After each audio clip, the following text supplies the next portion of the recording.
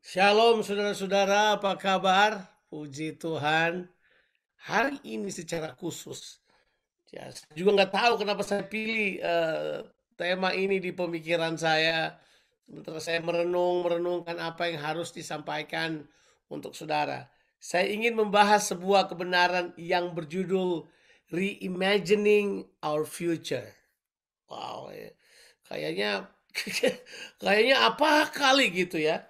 Tapi itu adalah sebuah perjalanan yang saya pikirkan dari kehidupan ini. Nah, saya beberapa waktu ini banyak sekali membahas bahwa selalu kita punya harapan di dalam situasi ini ya. Ya, there is hope in crisis. Ya, kita mempercayai hal tersebut. Nah, secara khusus hari ini saya ingin membahas tentang reimagining our future. Mengapa? Mengapa demikian? Yang pertama karena selama pandemi ini banyak sekali dari kita yang mengalami reset. Kita di reset ulang, betul nggak? Yang setuju coba jempolnya dulu, saya mau tahu bahwa you are being reset. Oke, kita di reset ulang. Kehidupan kita di reset, banyak yang di reset ya. Pelayanan di reset, pekerjaan di reset, approach reset, everything being reset. Nah, kita kemudian merasa bahwa so how betul betul kan? Seperti di depan kita sama sekali sesuatu yang nggak apa di depan kita. Orang bertanya-tanya di depan kita ada apa sih gitu ya kan? Pertanyaannya adakah yang baik di depan kita? Iya. Ya. Sementara pengkhotbah-pengkhotbah akhir zaman, doomsday prophet berkata, di depan kita saudara akan mengalami penganiayaan antikristus dan macam-macam. Waduh, banyak deh itu. Orang mulai ketakutan, orang mulai merasa nggak nyaman, orang banyak hal yang terjadi dalam kehidupan kita. Kita jadi ketakutan sendiri, tapi mari saya beritahu pada saudara. Di Alkitab itu penuh dengan gambaran. Nah, saya mau kita melihat ada 3 bagian di perjanjian lama, tapi tentu kita akan masuk pada perjanjian baru tentunya. Ada 3 bagian di perjanjian lama yang kita mau baca. Wah, jadi ini akan banyak baca Alkitab ini. Yang pertama, kita akan membaca Yesaya 43. Nah, Yesaya 43 kan masih ada bau-bau crossover. Ya, Yesaya 43 masih banyak membahas tentang crossing over karena itu paralel ayatnya dengan kitab Yosua pasal 1 sampai pasalnya yang ke-6 Yesaya 43. Terus kemudian kita akan membaca Yesaya 47 dan 48. Tapi Yesaya 47 kita cuma mau membaca beberapa ayat saja, mungkin ayat 1 sampai ayatnya yang kelima kita akan lihat. Terus kemudian bagian yang ketiga kita akan membaca dari kitab Zakaria pasalnya yang kedua. Oke, jadi coba saya ulangi lagi. Yang pertama adalah kitab Yehezkel 47. Kemudian kita akan membaca Yesaya 43. Itu Yehezkel itu, Pak Wibi, bukan Yesaya. Yehezkel 47, Yesaya 43, dan Zakaria pasalnya yang kedua. Nah, mari kita akan mulai dengan membaca Yesaya 43. Kita akan baca ayatnya yang ke kita akan baca ayatnya yang ke-15 sampai ayatnya yang ke-21. Alkitab berkata demikian. Akulah Tuhan yang Maha Kudus, Allahmu, Rajamu, yang menciptakan Israel. Beginilah firman Tuhan yang telah membuat jalan melalui laut dan melalui air yang hebat, yang telah menyuruh kereta dan kuda keluar untuk berperang, juga tentara dan orang gagah. Mereka terbaring tidak dapat bangkit, sudah mati, sudah padam sebagai sumbu. Firman-Nya, janganlah ingat-ingat hal-hal yang dahulu, dan janganlah perhatikan hal-hal yang dari zaman purbakala. Lihat, aku hendak membuat sesuatu yang baru, yang sekarang sudah tumbuh. Belumkah kamu mengetahuinya? Ya, aku hendak membuat jalan di padang gurun dan sungai-sungai di padang belantara. Binatang hutan akan memuliakan aku, serigala dan burung onta, sebab aku telah membuat air memancar di padang gurun dan sungai-sungai di padang belantara. untuk memberi minum umat pilihanku. Aku, ya umat yang telah kubentuk bagiku, akan memberitakan kemasyuranku. Haleluya. Ayat yang luar biasa. Kita pindah lagi sekarang ke kitab Yehezkiel pasalnya yang ke-47.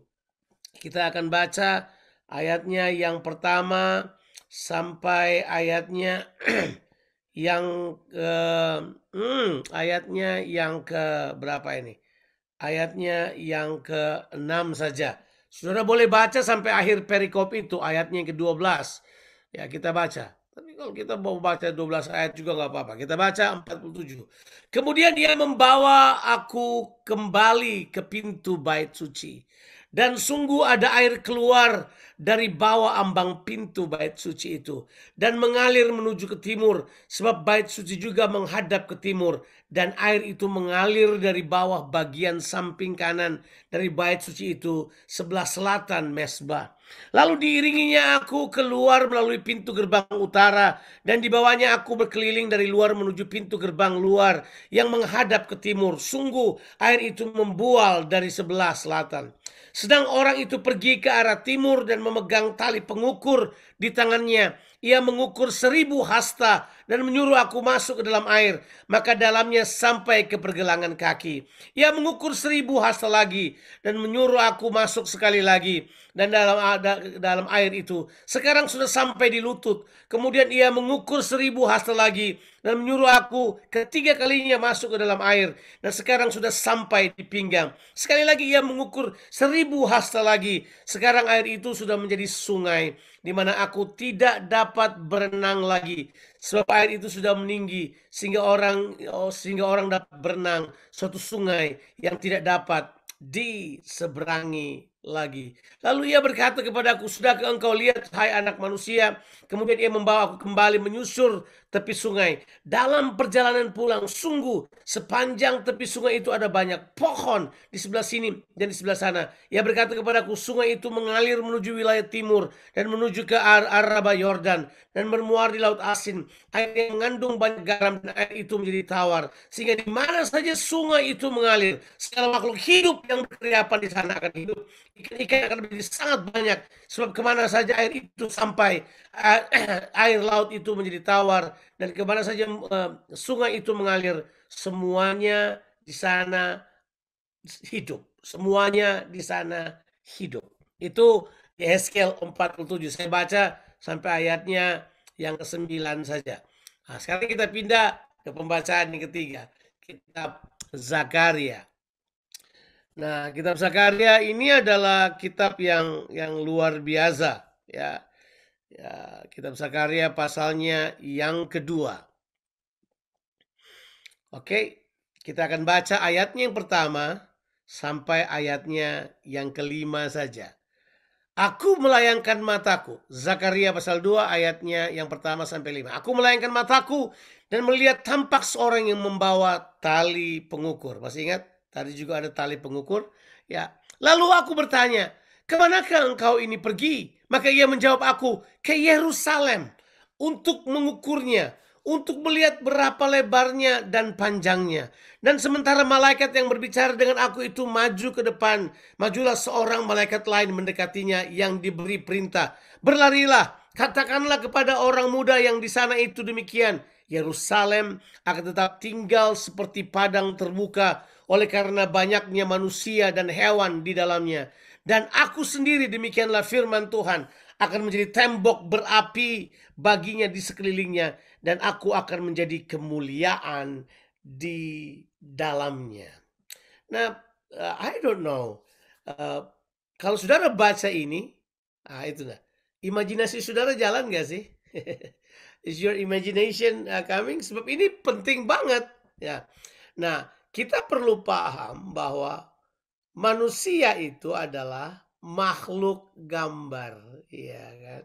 Manusia itu adalah makhluk gambar. Kita dijadikan menurut gambar dan rupa Tuhan. Alkitab berkata, let us make man in our image. Ya, itu kan, itu jelas ya.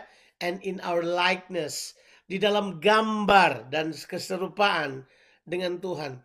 Jadi kita betul-betul kalau mau lihat bagaimana kita berjalan dalam kehidupan ini, latih cara berpikir kita untuk memiliki gambaran-gambaran yang Tuhan katakan buat kita.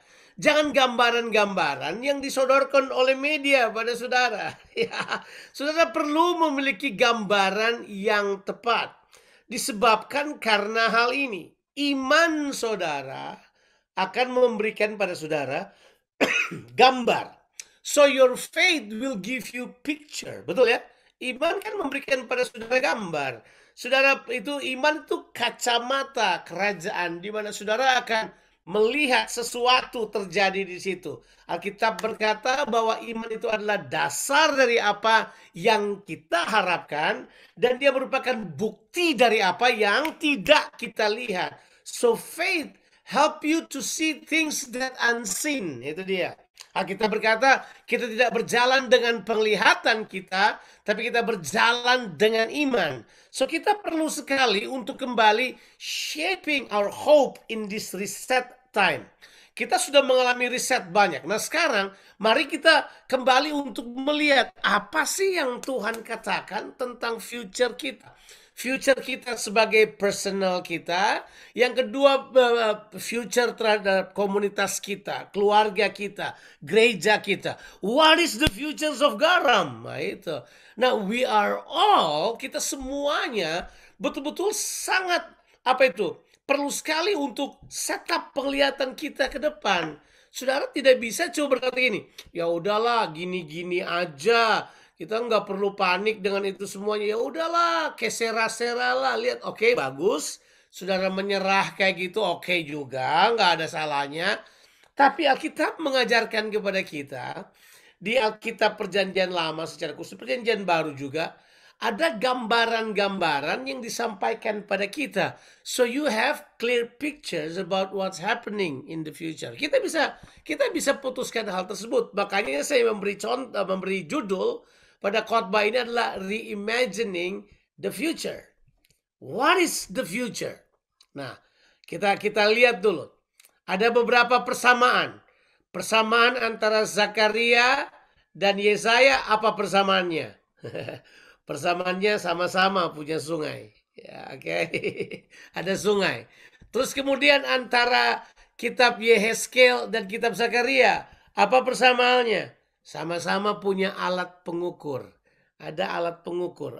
Semua bilang dulu, alat pengukur.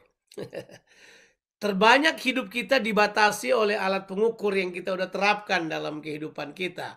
Kita mengukur dan kita membuat batasan-batasan, kita membuat kotak-kotak dalam kehidupan kita. Nah, terbanyak framing-framing kita ini udah hancur. Nah, saya pengen mengajak saudara untuk reframing kembali. Kira-kira ke depan itu ada apa di depan?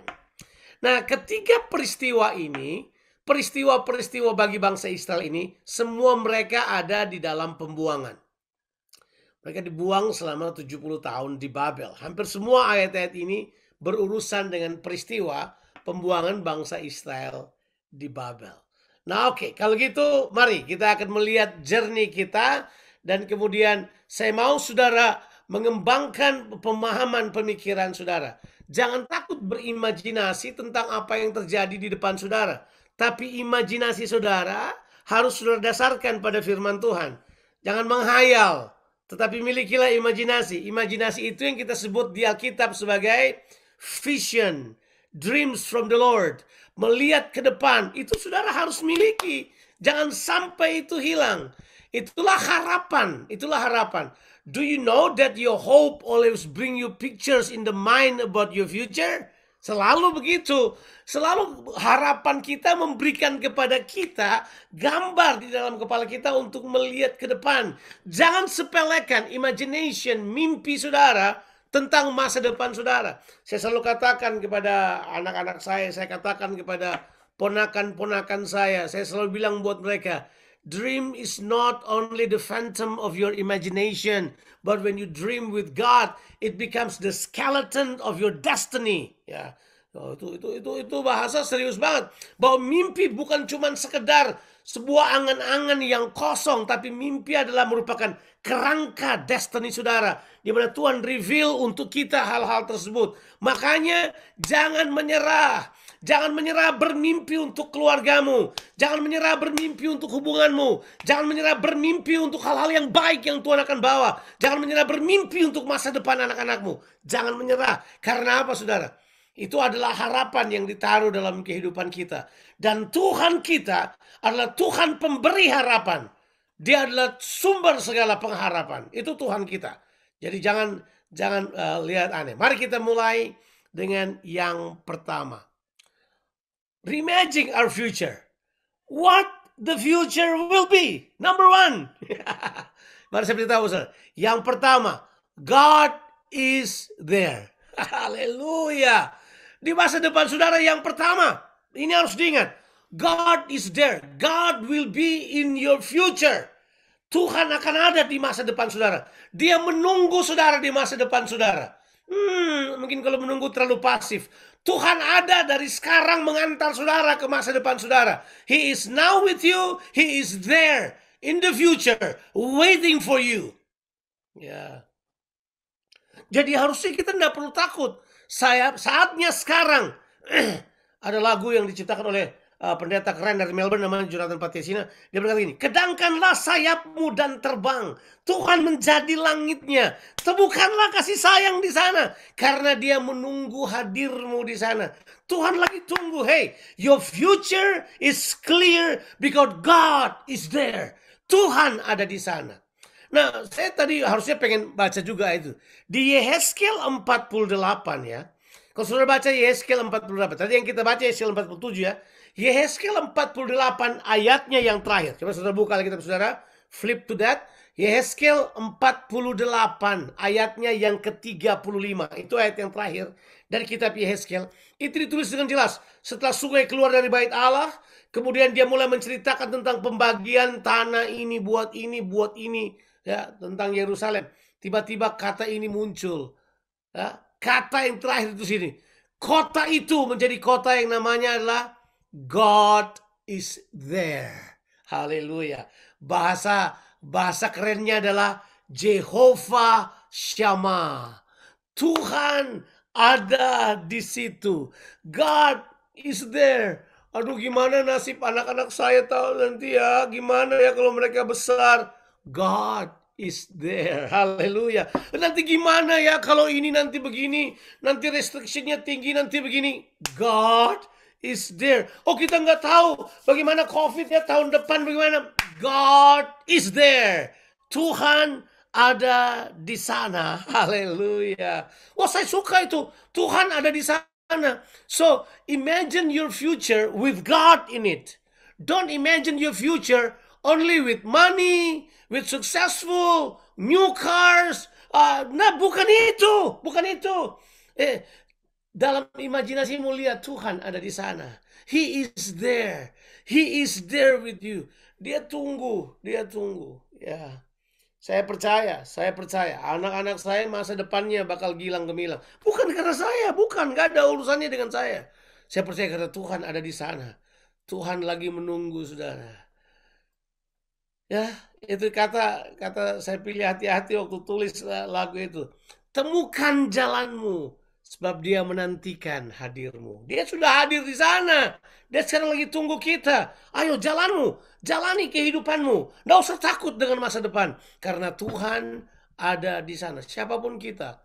Oh, tapi Bang Jo, saya sudah 68 nih. Bentar lagi 70. Saya ini 78. Saya ini 80. Mari saya beritahu. Whatever your age, it doesn't cancel the fact that your future is with God. And God is there waiting for you. Dia ada di sana, menunggu saudara. Tuhan ada di sana. Kita tidak perlu takut, tidak perlu gelisah, tidak perlu khawatir. Karena Tuhan ada di sana. Haleluya. God is there. Saudara percaya Tuhan ada di sana? Jadi buat kita secara pribadi gak usah takut. Nah, bagaimana secara komunitas? Ini dia saya mau beritahu pada saudara. Apa yang saya imagine tentang garam. Sudah bukan lagi tentang siapa kita yang memimpinnya, sudah bukan lagi. Tapi garam sudah merupakan tempat di mana Tuhan memanifestasikan kehadirannya. Saya mau garam di masa yang akan datang adalah tempat Tuhan memanifestasikan kehadirannya. Di mana kita sebagai orang-orangnya sekarang masuk kepada suatu keadaan di mana kita akan memanifestasikan kehadiran Tuhan di tengah-tengah kita. Because God is there. Our job, our responsibility is to manifest the presence of God in the midst of us. Kita akan manifestasikan. Alkitab berkata begini, sungai itu keluar dari bait Allah. Dan sungai keluar dari bait Allah. Ternyata Tuhan suka keluar dari baitnya gitu. Orang kaget, kenapa? Oh ya, sungainya keluar dari situ. Dan kemudian dia beritahu, mari ikutin sungai itu berjalan. Kalau sudah lihat bagaimana sungai itu, saya mempercayai kita sekalian akan membawa pengaruh ilahi ini kepada banyak orang. Sungai selalu berbicara pengaruh, betul ya?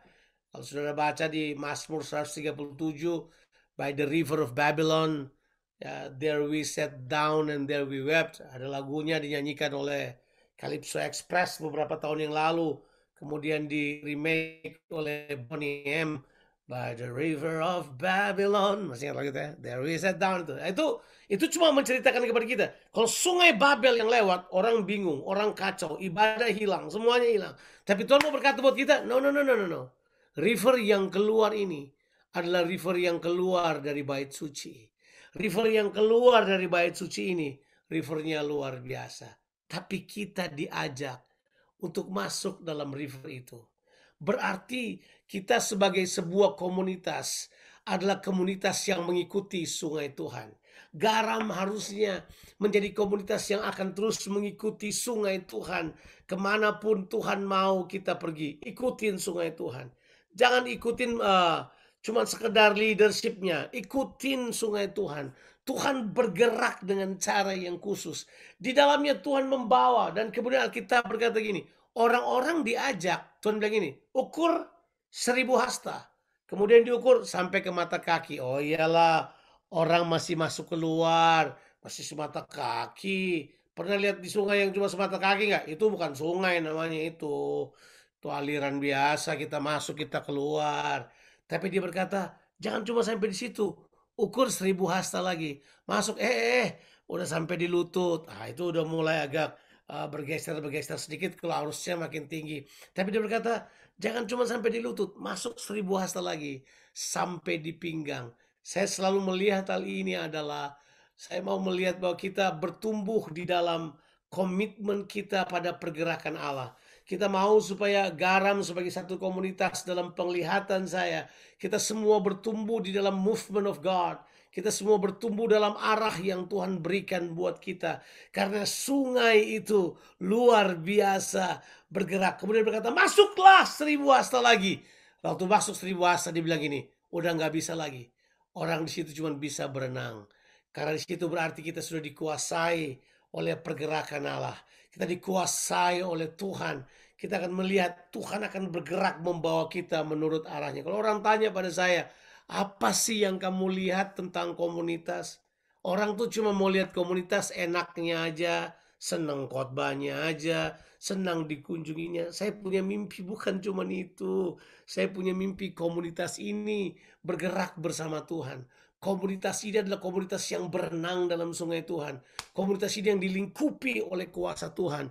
You guys menjadi orang-orang yang terbiasa dengan kuasa. Di mana orang-orang yang terbiasa dengan karunia-karunia. Terbiasa dengan tanggung jawab. Terbiasa dengan kedewasaan. Terbiasa dilingkupi, dikuasai oleh Tuhan. In my imagination, adalah garam ke depan, adalah garam yang betul-betul mengikuti pergerakan Tuhan. Garam yang bergerak dengan cara Tuhan. Pergi kemanapun. Dan Alkitab bilang ini, sungai itu semakin dalam dia mengalir. Di kiri kanannya tumbuh pohon, memberi kesembuhan, membawa kehidupan. Kita akan memberi pengaruh yang lebih dahsyat lagi. Di dalamnya ada beberapa kata garam, tapi saya tidak berniat untuk mengambilnya, untuk memberikan identitas kita. Enggak. Tapi kalau melihat narasinya, ini adalah sebuah pergerakan yang Tuhan bawa. Do you imagine that? I believe. I'm framing my imagination. Ke depan kita harus berpikir demikian. Kita tidak terfokus ke dalam. Kita terfokus hanya di bait suci. Kita perlu keluar untuk melihat pengaruh Tuhan yang ada di dalamnya. Mari ke depan, garam kita memikirkan misi kita yang ditambah. Kita bukan cuma kirim bantuan, tapi ada orang-orang yang terpanggil untuk tugas-tugas misi. Kita mulai mengutus misioneri. Saya mempercaya akan ada. Mana mungkin kalau dilihat orang di garam, impossible deh Bang Jo. Siapa bilang? I have a dream. Saya punya imagination tentang future. Kalau saya melihat sungai yang sedang berjalan ini, saya percaya kita akan sungguh-sungguh melihat akan ada orang-orang yang diutus, ada orang-orang yang menjadi berkat bagi bangsa-bangsa, membawa kesembuhan, membawa kehidupan. Karena Tuhan ada di sana. Haleluya. Sekarang yang kedua. Aduh. Saya terlalu semangat di poin yang pertama padahal ada poin kedua ini. Poin kedua adalah begini. What is the future will be? Karena Tuhan ada di sana. Ini selalu gini. There always a way for us. Akan selalu ada jalan buat kita. Akan selalu ada jalan buat kita. Yesaya 43 memberitahukan pada kita. Waktu Tuhan berkata ini, aku sedang menjadikan segala sesuatu baru. Kamu gak usah ingat yang dulu-dulu lagi. Kamu gak perlu ingat lagi zaman dahulu, kata Alkitab. Kalau sudah baca di Yesaya 43. Yang penting ketahuilah, akulah raja. Akulah yang betul-betul menguasai kehidupanmu. Mari saya cuma mau ingatkan buat kita sekalian. Harapan kita ada pada raja. Harapan kita ada pada kerajaan Allah yang dia bawa. Dan dikatakan di dalam Yesaya 43 itu. Coba kita lihat ayatnya sekali lagi. Ya, di dalam ayatnya yang ke 20. Kita baca ayatnya ke 18. Firmannya, janganlah ingat hal-hal yang dahulu. Janganlah perhatikan hal-hal yang dari zaman purbakala. Oke, yang di belakang sudah selesai. Reset a new thing. Kemudian dia berkata, lihat. Apa yang dia maksud dia lihat? Itu tuh. Imagine. Lihat ke depan. Lihat. Behold. Aku hendak membuat sesuatu yang baru. Yang sekarang sudah tumbuh. Belumkah kamu mengetahuinya? Ya. Aku hendak membuat jalan. Haleluya. Aku hendak membuat jalan di padang gurun. Aku hendak membuat jalan di padang gurun. Oke. Jalan ini ya, saya simpulkannya dengan cepat karena waktu saya yang terbatas. Ada 4 hal tentang jalan ini yang kita perlu mengerti. Ada 4 hal tentang jalan yang tersedia di depan kita. Yang pertama, karena ada jalan, ada progresif. Sesuatu yang progresif ke depan selalu ada. Selalu ada harapan buat kita. Jalan itu infrastruktur. Jalan itu membuat segala sesuatu bergerak ke depan. Menggerakkan roda-roda ekonomi. Menggerakkan roda-roda transportasi. Menggerakkan hubungan. Mengembangkan cara kerja. Itu banyak sekali. Bisnis apa-apa. Ada progresif yang maju ke depan. Ada jalan di situ. Yang kedua kalau kita perhatikan, jalan yang pertama progresif. Yang kedua adalah ada sungai di padang gurun lagi. Bayangkan. Sungai di padang gurun berarti padang gurunnya jadi subur dong. Itu yang kedua adalah produktif. Kita tahu akan ada hal-hal yang produktif. Saya percaya ada banyak sekarang saudara yang berkata, saya tidak punya pekerjaan, saya kelihatannya begini. Don't worry. The future is productive. Haleluya. Tuhan kita adalah Tuhan yang produktif. Ada jalan di padang gurun, ada sungai di padang belantara. Gak usah khawatir. Sekarang saudara mungkin kelihatan susah, tapi gak usah khawatir. Tuhan akan buka jalan buat kita. Jalannya adalah jalan yang progresif. Yang kedua jalannya adalah jalan produktif. Tapi yang ketiga adalah jalannya itu adalah jalan yang kreatif. Kreatif. Hal-hal yang tidak pernah kita lihat. Ya, mana ada burung unta sama serigala nyanyi-nyanyi bareng? Dari mana ada itu? Itu menyatakan ada creativity dari apa yang Tuhan bakal bawa kepada kita. Ada hal-hal yang luar biasa yang Tuhan bawa. Tapi yang keempat ini luar biasa. di jalan itu is the way of providence. Is the way God provide for his people. Karena Tuhan berkata ini, dia akan memberi minum buat kita. Kita akan mengalami pengalaman diberi minum oleh Tuhan.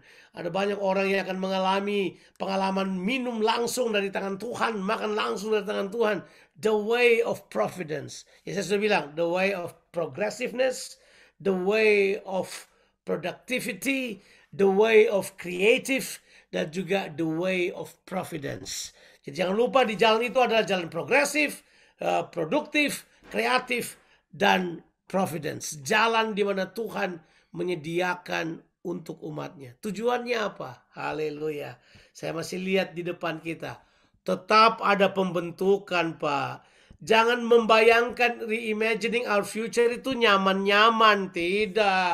Kita tidak berpikir reimagining kenyamanan. Kita reimagining formation. Spiritual formation. Pembentukan dari Tuhan yang Tuhan bawa dalam kehidupan kita. Jadi kita akan terus mengalami pembentukan. Sebab Alkitab berkata, umat yang kubentuk akan mempermuliakan namaku. Hanya umat yang dibentuk loh. Kita tetap akan dibentuk oleh Tuhan. Pembentukan akan terus terjadi. Sekarang bagian saya yang terakhir, yaitu Zakaria. Ini yang luar biasa. What is your future? Wow. Saya mau katakan kepada saudara, a new possibilities by his grace. A new possibilities by his grace. Kita tidak bisa lagi dikurung dalam tembok-tembok ukuran manusia. Kita tidak bisa diukur lagi oleh ukuran-ukuran manusia. Coba kita baca kitab Zakaria sebagai bagian yang terakhir. Kita ulang baca ayat tersebut dan saya akan selesai dengan pandangan ini. Saya berharap reimagining the future ini akan menolong saudara untuk melihat. Tetaplah bersemangat, tetaplah bersukacita. Karena Tuhan ada di depan kita. Tuhan sedang mempersiapkan ini untuk kita. Kitab Zakaria pasalnya yang kedua. Alkitab beritahukan pada kita.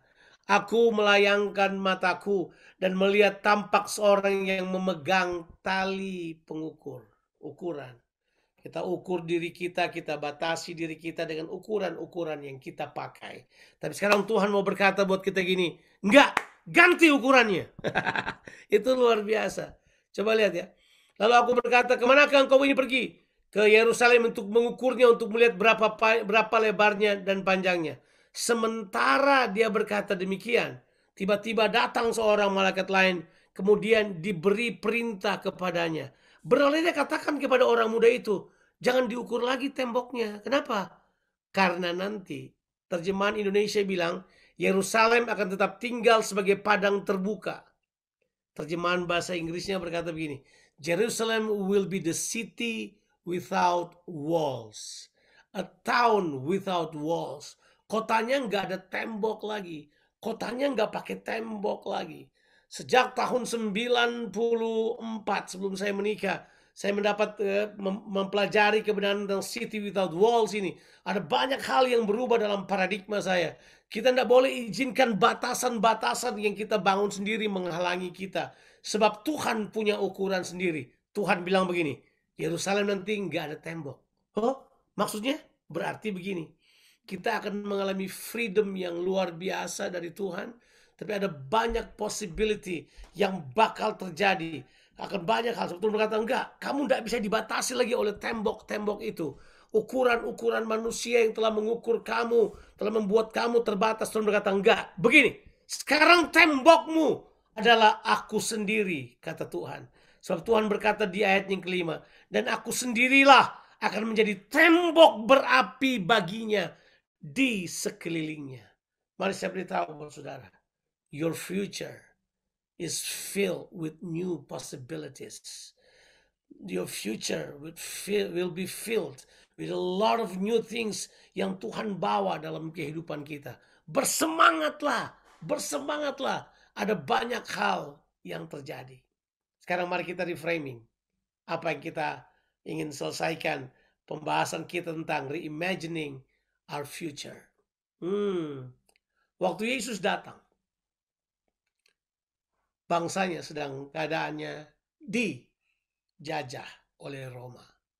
Dia muncul Kemudian dia memberi harapan kepada mereka.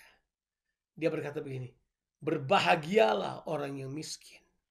Waduh, itu jungkir balik tuh orang bacanya. Orang miskin berbahagia dari mana? You will see that. Berbahagialah orang yang lapar. Wah, kaget lagi. Apa Yesus bawa? Dia sedang memberikan sebuah future kepada mereka to imagine. Dia framing, oke, mari reimagining your future. Mungkin sekarang kamu melihat masa depanmu nggak bisa. Mungkin sekarang kamu berkata, aduh, dengan keluarga kayak gini gimana gue bisa maju? Enggak, ganti cara berpikirmu. Ke depan ada perkara-perkara yang baru. Tuhan berkata begini, nanti batasanmu bukan tembok itu lagi. Akulah yang menjadi tembok berapi bagimu. Kamu akan menjadi sebuah tanah lapang, kota besar tanpa tembok, tanah lapang, di mana semua makhluk hidup ada di dalamnya. Kehidupan ada di dalamnya. Ada life di dalamnya.